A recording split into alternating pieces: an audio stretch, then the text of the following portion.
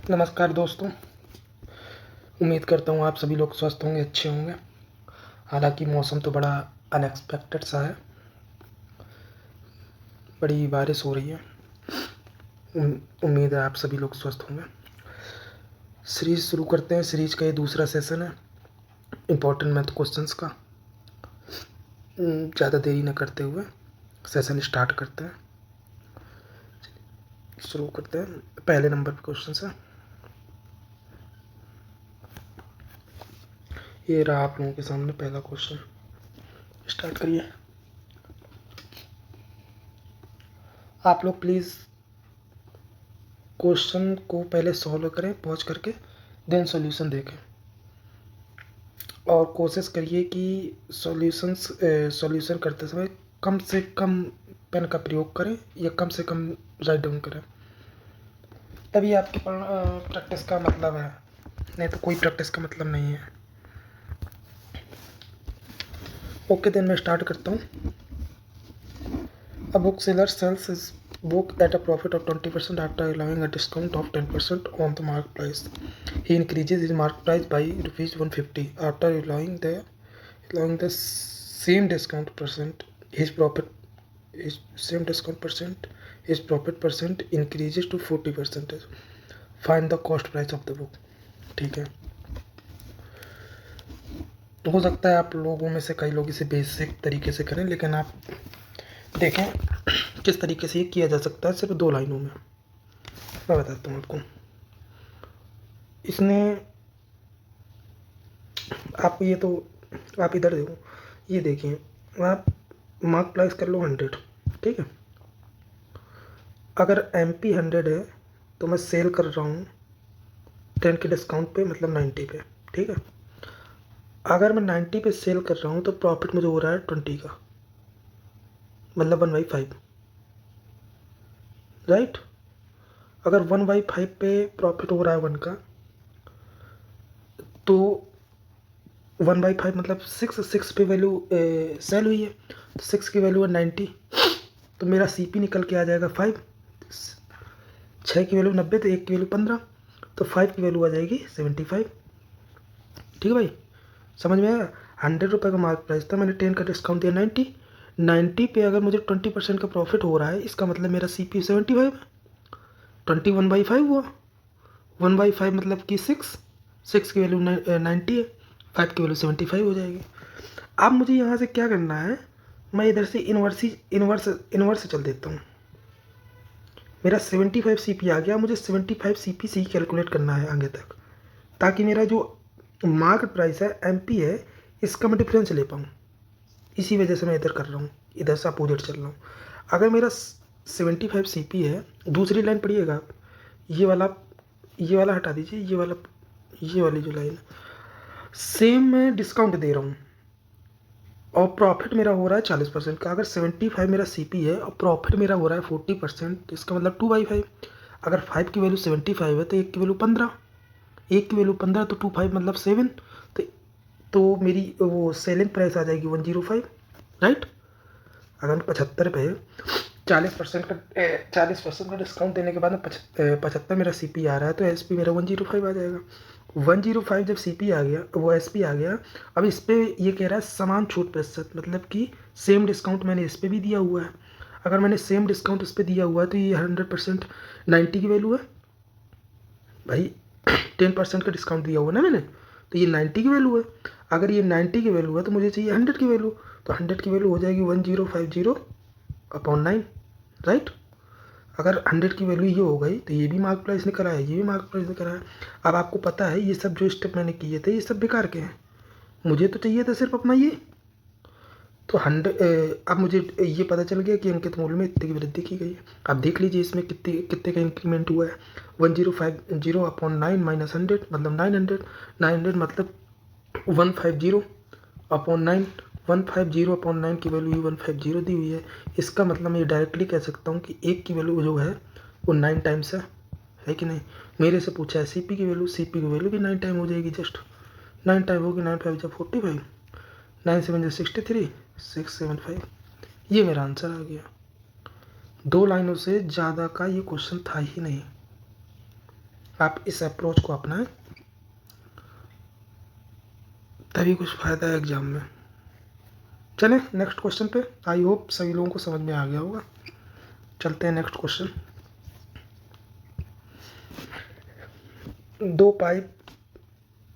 Two pipes can fill a certain cistern separately in 20 minutes and 40 minutes respectively, and a waste pipe can drain off 35 gallons per minute. If all three pipes are opened, the cistern gets filled in an hour. दो अलग अलग pipe 20-40 minute में भर सकते हैं। एक निकासी pipe है, 35 गैलन प्रति मिनट की दर से पानी निकालता है। तीनों पाइप खुल जाते हैं और टंकी 1 घंटा भर जाती है। टंकी की क्षमता ज्ञात कीजिए। ठीक, find the capacity of the tank.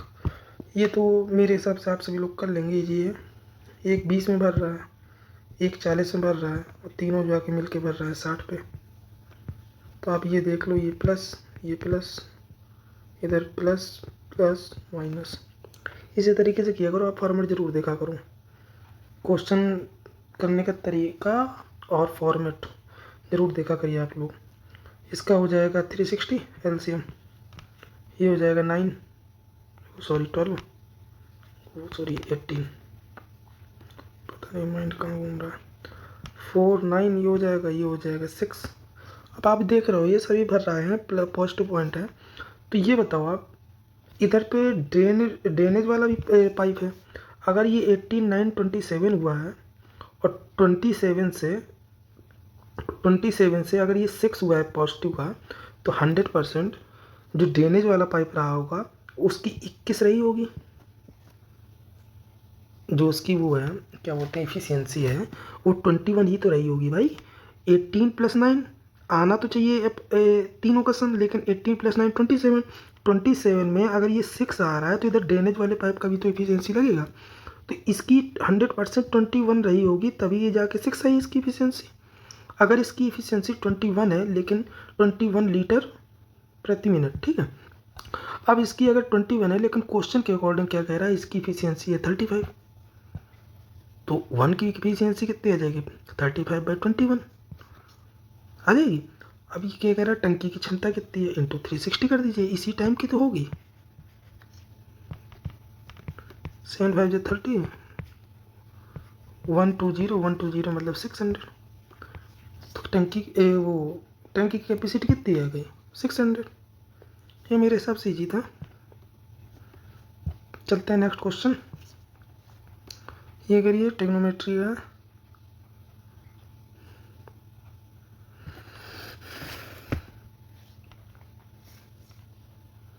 What is the value of 1 - cos square a minus cos 4a if sin a plus sin square a is equal to 1? जी 1 है। करें, आप ये देखो, ये सा क्वेश्चन है, प्यारा सा क्वेश्चन है। आप ये देखो, इधर साइन ए अगर मैं रख दूँ, इधर साइन ए, एक सेकेंड, अगर मैं इधर मैं साइन ए रखता हूँ, खाली साइन ए अपॉन उधर ले जाता हूँ, इस साइन स्क्वायर को उधर ले जाता हूँ, 1 - साइन स्क्वायर हो जाएगा कॉस स्क्वायर, ठीक है, कॉस स्क्वायर। अगर मैं इसका जस्ट डबल कर देता हूँ, ठीक है, अगर मैं इधर स्क्वायरिंग कर देता हूँ तो इधर 4 हो जाएगा। अगर मैं साइन स्क्वायर को लिख देता हूँ, 1 - कॉस स्क्वायर है, ठीक है, और इधर 4 है तो इधर ले आता हूँ मैंने, कॉस 4 है इज इक्वल टू 0। और इसी की वैल्यू तो मुझसे पूछी थी, तो इसी की वैल्यू आ गई 0। ये आपको करने की भी ज़रूरत नहीं है, आप माइंड पे भी इसे कर सकते थे। चलते हैं next question. In a triangle ABC MN parallel to BC, the area of quadrilateral MBCN ANNC, then area of AMN अच्छा क्वेश्चन है ये, होपफुली आप लोगों ने क्वेश्चन किए होंगे काफ़ी बार, काफ़ी टाइम्स। आप ये देखो, मैं एक प्यारा सा ट्रायंगल बनाता हूँ जब तक आप लोग करें।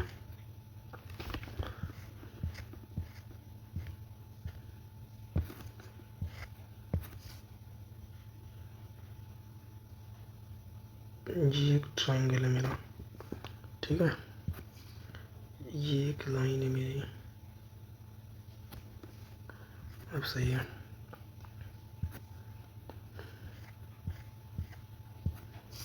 आप इसमें इसका नामकरण करते हैं। ABC ट्रायंगल है, A B, इधर C, इधर M, इधर N। MN is parallel to BC, quadrilateral MBCN, ठीक है। MBCN 130 दिए हुए है सीधे सीधे, ठीक। ANNC का रेशियो दिया हुआ है, मतलब ये 4 है, ये 5 है, ठीक है। Then the area of AMN is, मतलब इसका एरिया आप लोगों से पूछा है, इसका कह रहा है इसका एरिया बताइए। अगर मुझे इसका एरिया निकालना है तो आप ये देखो, आप लोगों को इतना तो पता ही होगा कि साइड के स्क्वायर का रेशियो ही एरिया का रेशियो होता है, ठीक है। अगर मैं इधर देखूँ, छोटे वाला ट्रायंगल 4 रेशियो बड़ा वाला ट्रायंगल, ये पूरा ABC 4:9 आ जाएगा। अगर मैं दोनों के एरिया का रेशियो निकालूं 16:81 आ जाएगा, दोनों का एरिया AMN एंड ABC। अगर मैं 81 में 16 माइनस कर देता हूँ तो ये कितना आएगा, 71, 71 में 6, 65 ही तो इसका एरिया निकलेगा। अगर मैं पूरे ट्रायंगल में से ABC में AMN का एरिया माइनस कर देता हूँ तो 81 माइनस 16 इज इक्वल टू 65। 65 की वैल्यू तो दी हुई है डबल करके 130, मतलब 2 टाइम से चल रहा है गेम। तो पूछा क्या है, AMN का एरिया बताइए, तो ये 16 ही तो है AMN का एरिया, 16 2 या 32, क्वेश्चन में था ही क्या।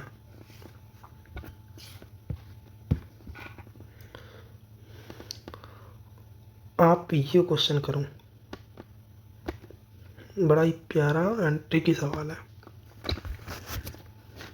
आप में से कई लोग इसमें APGP की तरफ माइंड ले जा रहे होंगे 100%, लेकिन आपको एग्जामिनर ने अगर इस टाइप के क्वेश्चन दिए हैं तो उसने GP सोच के नहीं दिए हुए हैं कि आप इसमें GP लगाओगे। वो तो आपको पता ही होगा, AR⁻n -1 अपॉन R -1, फिर आप R रखोगे 3 की पावर 8 करोगे तो 3 की पावर 8 करते ही रहोगे, तब तक पेपर ओवर हो जाएगा। फिर घर में आके कहेंगे आप लोग पेपर अच्छा नहीं हुआ।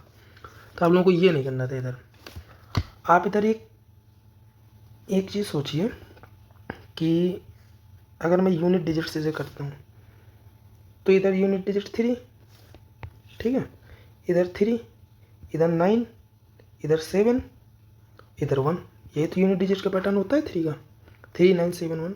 अगर ये 4 तक ये गया है तो 4 से फिर तो 5 वाली यही सीरीज चलने लगेगी अपोजिट जस्ट, तो फिर 1 आ जाएगा, फिर 7, फिर 9, 3। मैं आपको करके बता रहा हूँ, ये आप लोगों को करना नहीं है, माइंड में करना है।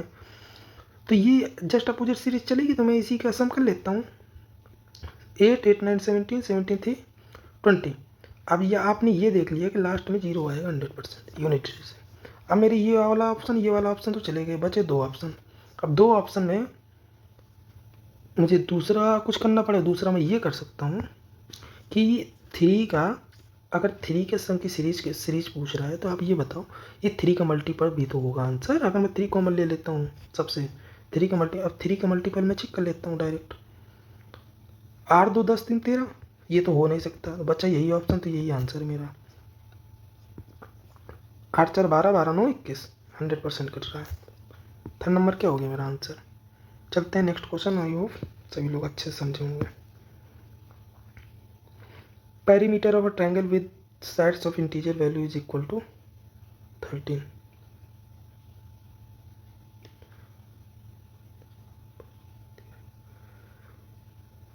ये क्या कह रहा है, पेरीमीटर जो है ट्रायंगल का ये 13 है, और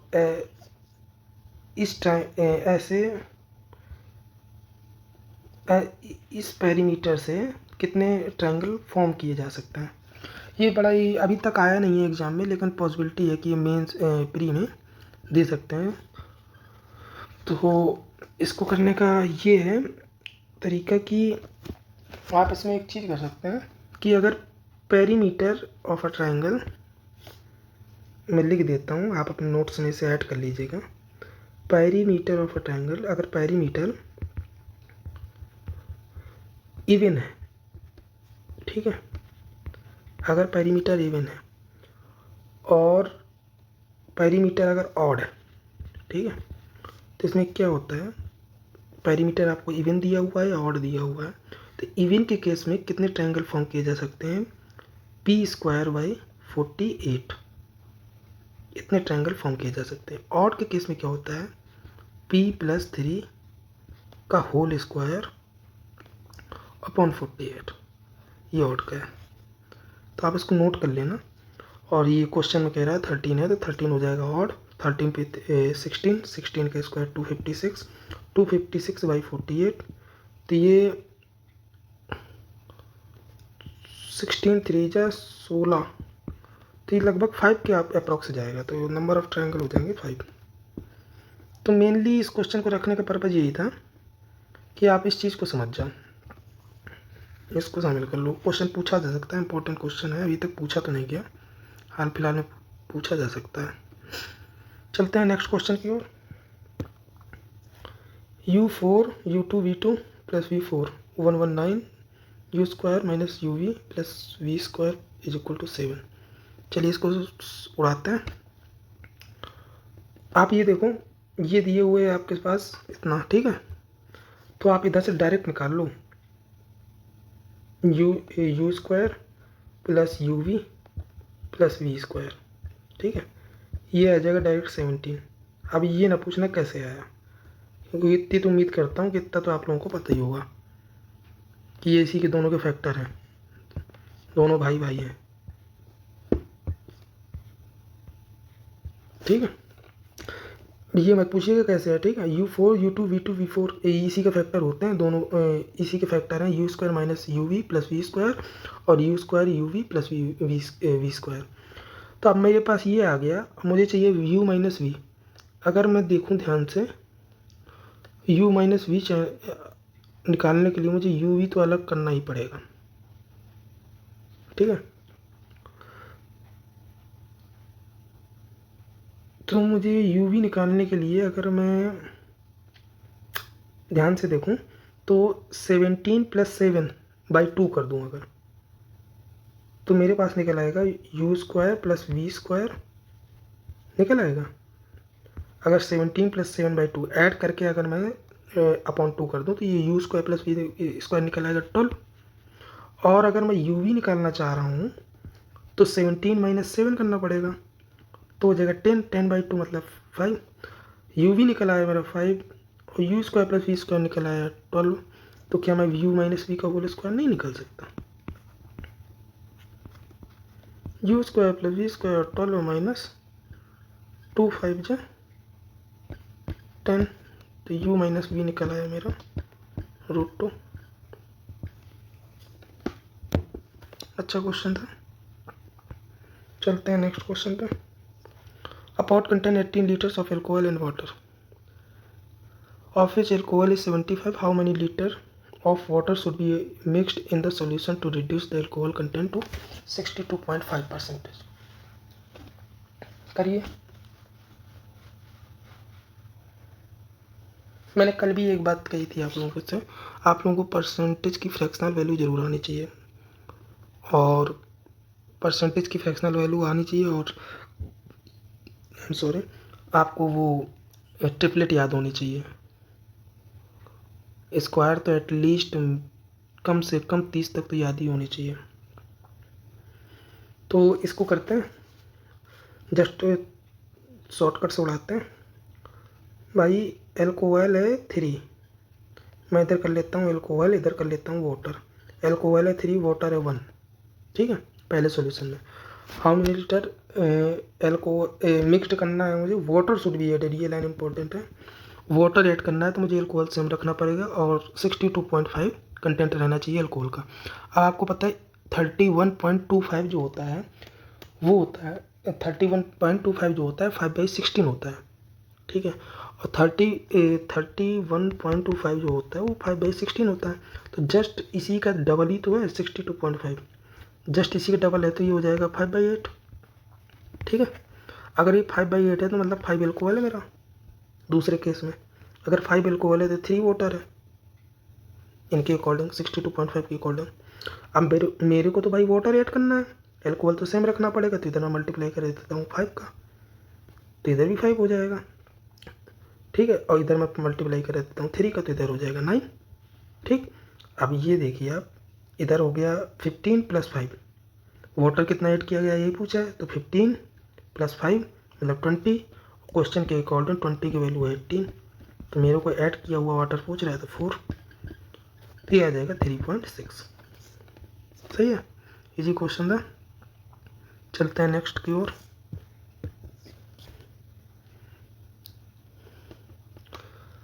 हरि और कृष्णा की मासिक आय कुल मिलाकर 26,900 है। हरि और कृष्णा की आय में क्रमशः 20% और 25% की वृद्धि की जाती है। कृष्णा की नई आय हरि के नए वेतन का 120% हो जाती है। हरि की प्रारंभिक आय ज्ञात कीजिए। करो भाई ज्ञात। भाई कोशिश किया करो, कम से कम पेन चलाओ, माइंड पे ही ज़्यादा से ज़्यादा सॉल्व कर लो, और ज़्यादा लेंदी नहीं बनाना है किसी भी चीज़ को। आप लेंदी तरीके से करो ही मत, क्योंकि CGL CHSL जितने भी एग्ज़ाम है ये देख रहे हो कितने शॉर्ट टाइम के एग्ज़ाम है। एक घंटे में दो, 1 घंटे में प्री, 2 घंटे में मेंस, उसमें भी अब एडुकेटी तो बवाल काट रही है। तो भाई इतने लेंदी क्वेश्चन आपसे पूछने ही नहीं है।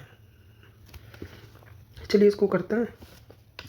हरि और कृष्णा की आय में क्रमशः 20% 25% की वृद्धि होती है। भाई मैंने ये मान लिया, ये अपने हैं हरि भाई, ये हैं भाई कृष्णा भाई। हरि भाई की आय हो गई 5 से 6, ठीक। इनकी हो गई भाई 4 से 5, ठीक है, कृष्णा जी की। अब आप कह रहा है ये लाइन इंपॉर्टेंट है, कृष्णा की नई आय हरि के नए वेतन का 120%। कृष्णा की नई आय मतलब इसकी वैल्यू 120% है। तो आप एक काम करो, इसको इस तरह का रिफॉर्म करके बना लूँ तो ज़्यादा आसान क्वेश्चन हो जाएगा। मैं एक काम करता हूँ, मैं 100 से कर लेता हूँ इधर मल्टीप्लाई। अगर मैं 100 से मल्टीप्लाई कर लिया तो ये हो जाएगा 600, ये हो जाएगा मेरा 500। अगर मैं 600 से इसकी आय 120% बनाना चाह रहा हूँ तो मतलब 720 बनेगी। 720 मतलब कि अगर मैं इसे 720 बनाता हूँ तो 5 1 5, 5 4 4, 5 4, मतलब ये 720 बन गई। 144 का इधर ही मल्टीप्लाई करना पड़ेगा, तो ये हो जाएगा 6 4 4 4 16 17 4 5 76। ठीक है भाई, मेरा ये हो गया, सब कुछ हो गया। अब इसी की वैल्यू दी हुई है मुझे 26,900, तो मतलब कि 26,900 जो है वो है 11076। और मेरे से पूछा क्या है, हरि की प्रारंभिक आय मतलब 500 की वैल्यू पूछी है। तो भाई 1076, ठीक है, ये कितने टाइम है 26,900 का, मैं क्लियरली देख पा रहा हूँ ये लगभग 25 गुना तो जा ही रहा है। 25,000 25,000 26,000 में ज़्यादा हो जाएगा। 20 से 25 छक्का 150, 15 25 सत्ते 175, 15 190, 19 और 9 और हाँ 25 है क्लियरली, ठीक। तो ये 25 टाइम में जाएगा, 25 5 जा 125। तो भाई इनका जो वेतन आ गया वो आ गया 12,500। बड़ा ही कम पैसा कमाते हैं ये हरी भाई। चलते हैं नेक्स्ट क्वेश्चन पे। A cuboid of height 9 meter and volume 1620 if the sum of the length, breadth and height of the cuboid is 36 meter and the diagonal length 15, ये रूट है √2, then the find out lateral surface area of the given cuboid। First of all तो आप lateral surface area समझे, चारों दीवालों की बात है हो रही है। 2l + b × h, 2l + b × h, पता चला लेटरल सरफेस एरिया पता ही नहीं है। तो भाई काम की चीज़ इसमें क्या है, अगर हाइट 9 है तो मैं सीधे सीधे निकालता हूँ मेरे पास क्या क्या है। तो LBH ये है, तो मेरे पास हाइट ये है, तो LB निकाल लेता हूँ पहले, ठीक। मैं एल भी निकाल लेता हूँ भाई, मेरे पास आ गया 180। ठीक, इधर से मैं निकालूंगा sum of L B H, तो मेरे से इधर से निकल आएगा L plus B plus H, ये निकल आया मेरा 36। ठीक है, और डायगोनल लेंथ मतलब root L square plus B square plus H square. तो अगर मैं देखूँ तो L square plus B square plus H square जो है ये इसी के स्क्वायर हो जाएगा, मतलब 225 450। ठीक, अब इस पे आप करने बैठो तो फिर करते रहो फार्मूला लगा के, ये एक तरीका, और दूसरा तो आप समझ ही गए होंगे, हिट एंड ट्रायल का है। आप 180 कहीं पर भी आपको दिखे, मैं आपको एक कुछ राज की बात बता रहा हूँ, आपको 180 कहीं पर भी देखो, आप 12-15 में से पहले तोड़ा करिए, मतलब पूरे तो नहीं लेकिन 90% आपके काम बन जाएंगे। नंबरों का खेल है पूरा, मैथ और कुछ नहीं है, 0 से 9 के बीच में मैथ बैठी हुई है, बस इन्हीं का खेल है पूरा। तो भाई मैं इसे 12-15 में तोड़ देता हूँ। ठीक है, सपोज कर ली मैंने 12 वो कर ली लेंथ, और ब्रेथ कर ली मैंने 12, 15 मैंने कर ली लेंथ और ब्रेथ कर ली 12। अब मैं इधर सेटिस्फाई अगर करवाऊँगा दूसरी इक्वेशन में, 15 12 27 27 और 3 9, तो हाइट मेरी निकल के आ जाएगी 9 इसी के अकॉर्डिंग। अगर 9 हाइट, अब मैं तीसरे में सेटिस्फाई कराता हूँ, 225 और 144 और 81। अगर मैं इनको कैलकुलेट करूँ तो 0 12 2 17, 0 8 से 12 12 2 17, ये हो नहीं रहा क्या, 225 144 और 9 4 13 13 2 15 5, सही तो है, हो तो रहा है भाई। तो बस यही जो हो रहा है, तो मेरा यही लेंथ हो जाएगा, ये ब्रीथ हो जाएगा, और हाइट मेरी आ जाएगी 9। अब मेरे को पूछा क्या है, वो cover surface area 2 L plus B मतलब 27 इंटू हाइट कर देंगे, हाइट है 9। तो भाई 9 का फैक्टर तो आना ही है, 9 का फैक्टर 7 है क्या, 9 का फैक्टर छोड़ो, 54 इंटू 9 63486, ये option number 3 is correct.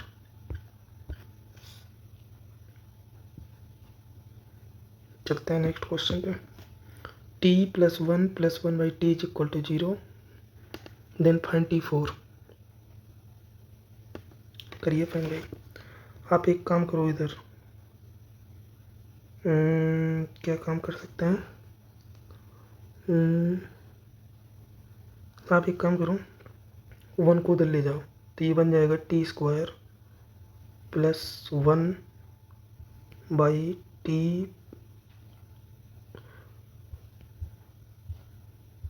T बराबर 1 माइनस 1, तो इधर से आ जाएगा टी स्क्वायर प्लस 1 और ये माइनस टी इधर ले आओ, तो plus T is equal to 0। अब मेरा ये बन गया, मुझे t4 में जाना है, टी स्क्वायर तो आ गया, तो मैं एक काम कर सकता हूँ, ये A square plus B square plus A B है, तो भाई मैं इधर t-1 से मल्टीप्लाई करा देता हूँ, इधर भी इधर कराऊंगा तो 0 ही रहेगा।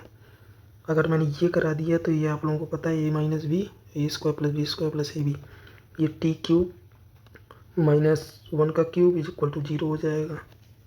ठीक है, अब मैं टी क्यूब बराबर 1 कर देता हूँ, अगर मैं टी का फिर मल्टीप्लाई करा दूँ, t4 is equal to T, तो भाई t4 किसके इक्वल आ गया, टी के तो इक्वल आ गया। ऑप्शन नंबर 1 अच्छा क्वेश्चन था, छोटा सा प्यारा था। A person can row about 32 kilometre upstream and 72 kilometre downstream in 10 hour, also he can row 42 kilometre upstream and 84 kilometre downstream in 13 hour, find the rate of the current. भाई इस type के जो question है ना, आपको बड़ा ही परेशान करेगी एग्जाम में, और एक आता ज़रूर है 100%।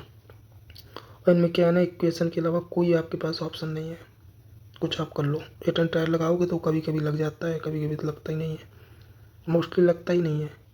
भाई इसका मैं सबसे बेस्ट तरीका बताता हूँ आपको, आप 2 इक्वेशन पहले बना लो, मैंने बना लिया भाई। 10 में चलता है और कितना चलता है, 32 चलता है अप स्ट्रीम, ठीक है। और प्लस v है मेरी उसकी पर्सन की स्पीड और u है मेरी करंट की। और 72 चलता है, 72 चलता है v प्लस यू से, ठीक है। और इस पे क्या है, दूसरी इक्वेशन पे 13 है, 13 में चलता है 48 चलता है v माइनस यू से। और 84 चलता है वो v प्लस यू से, ठीक है।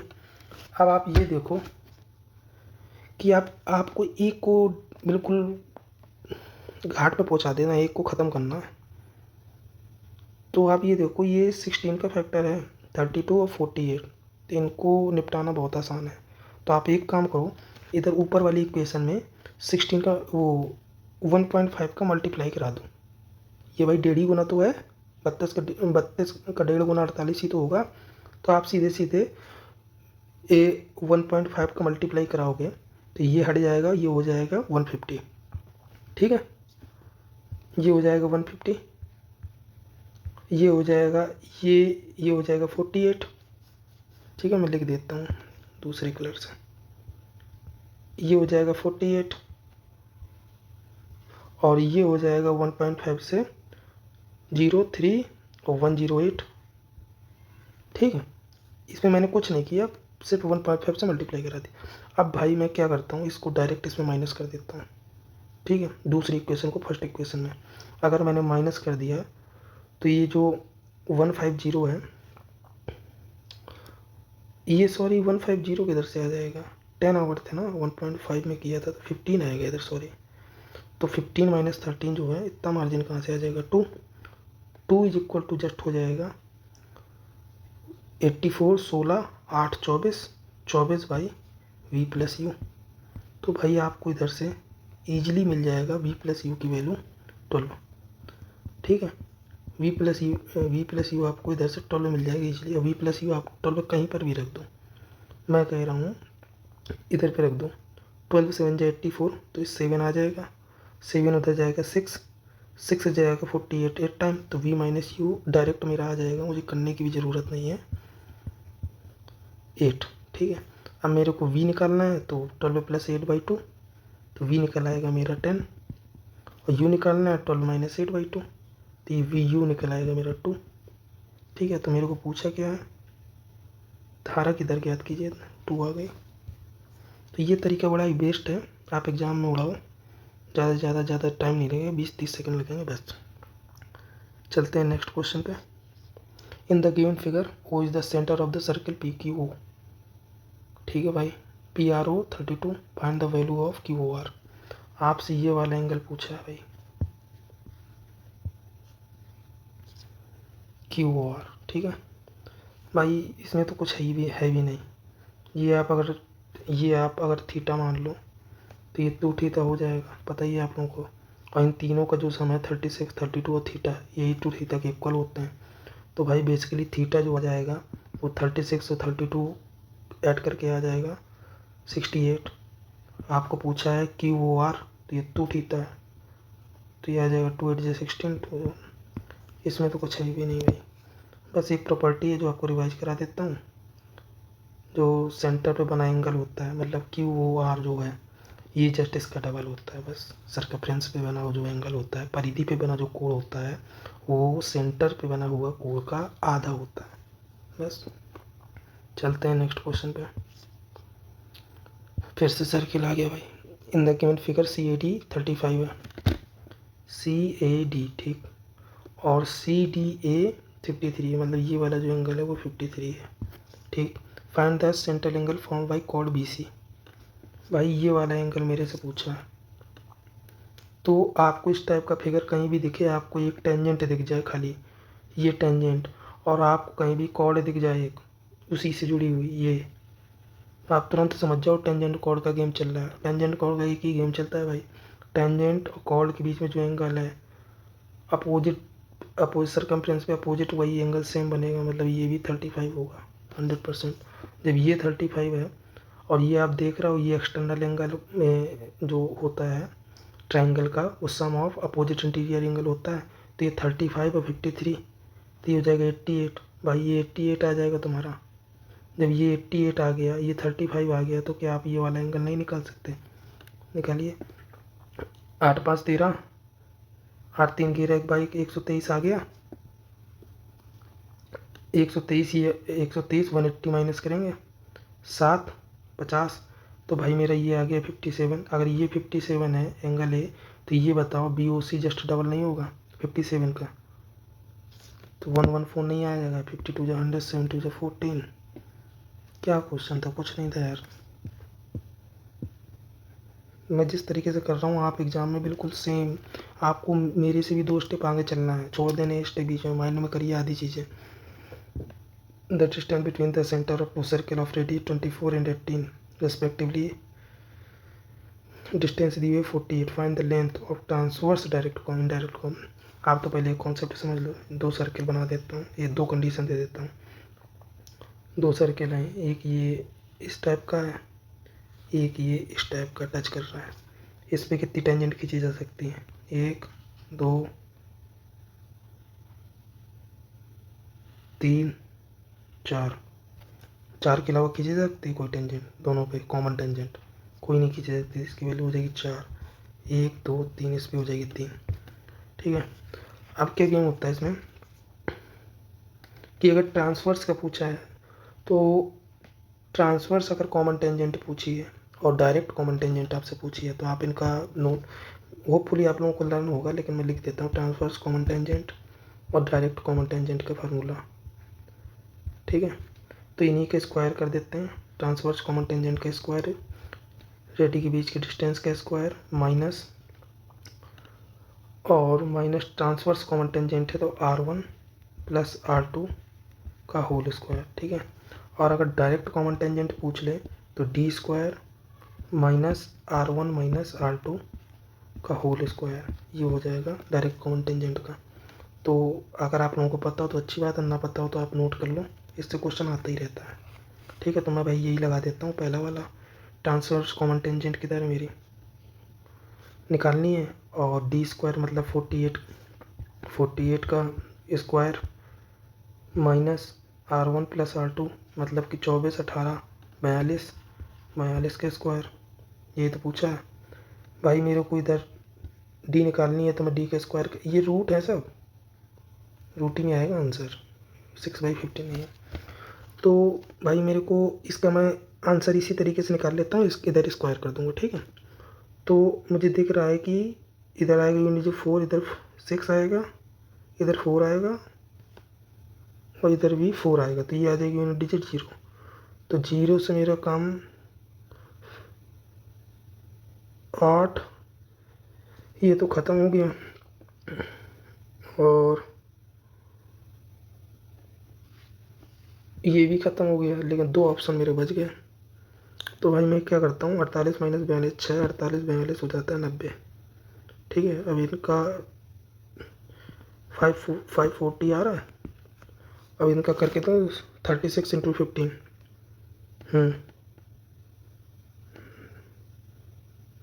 ठीक है, इसी के स्क्वायर करके देख लो, 540 आ जाएगा।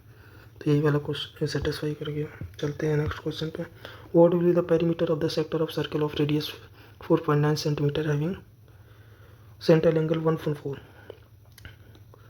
ठीक है भाई, तो पेरीमीटर आपसे पूछा है तो आप लोगों को तो पता ही होगा, ईजी है, लेकिन बस इसमें एक जो एग्ज़ाम टाइम पे हम लोग गलती करते हैं वो चीज़ इस क्वेश्चन को यहाँ पर ले आई है।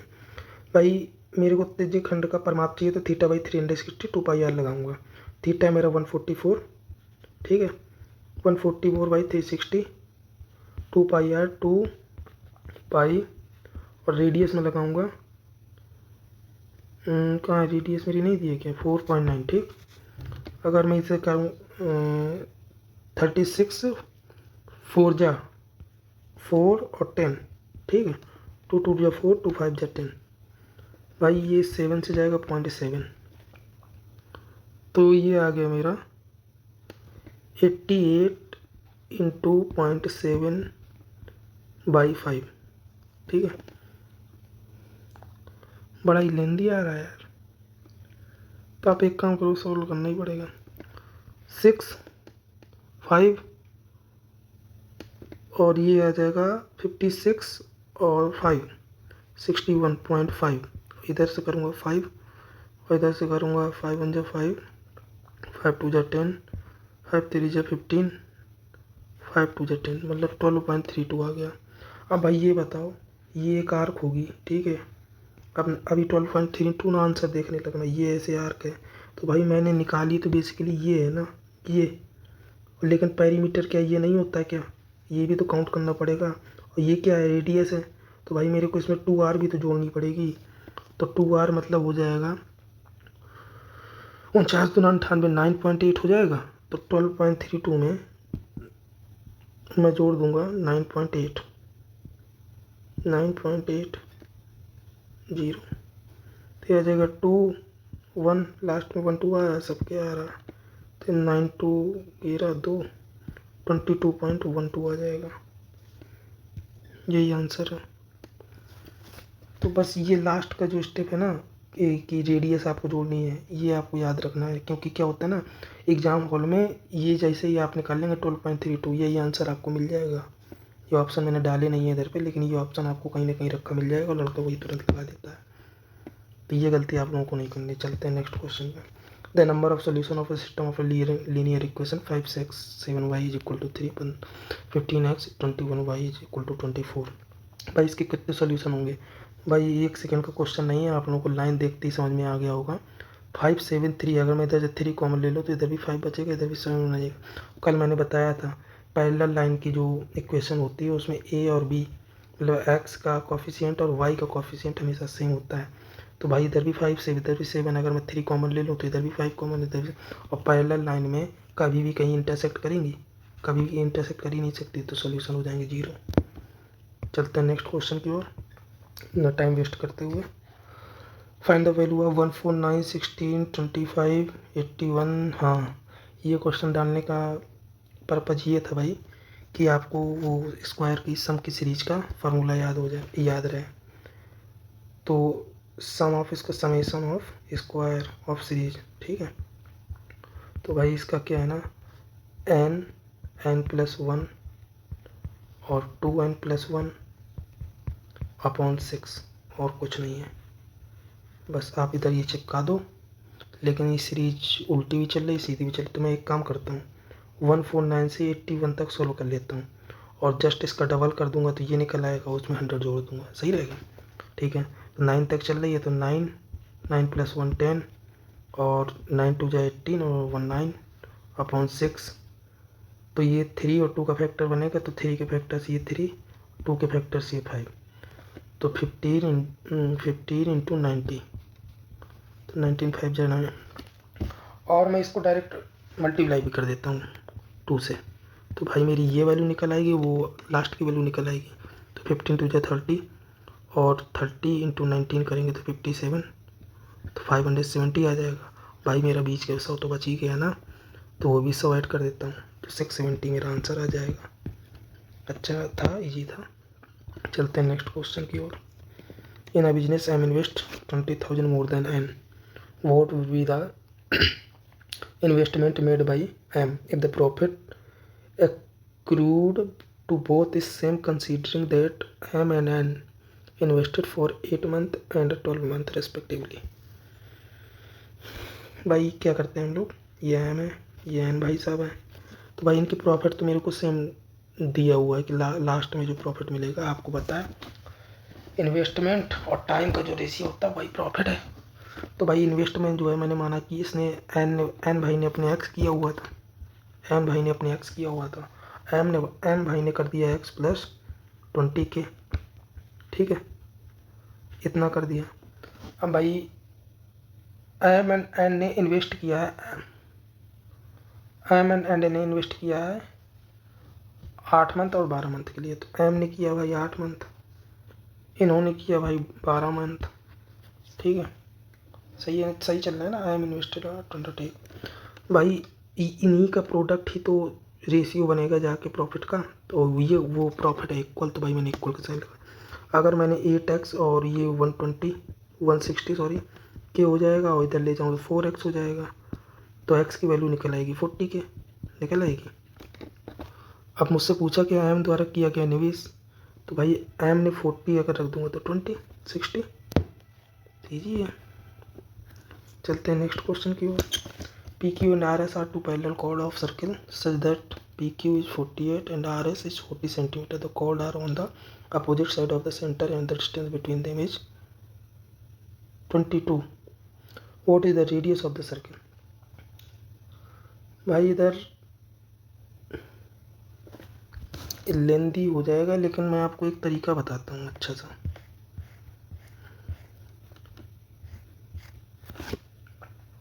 आप क्या करो ना कि मैं पहले बना लेता हूँ एक सर्किल प्यारा सा।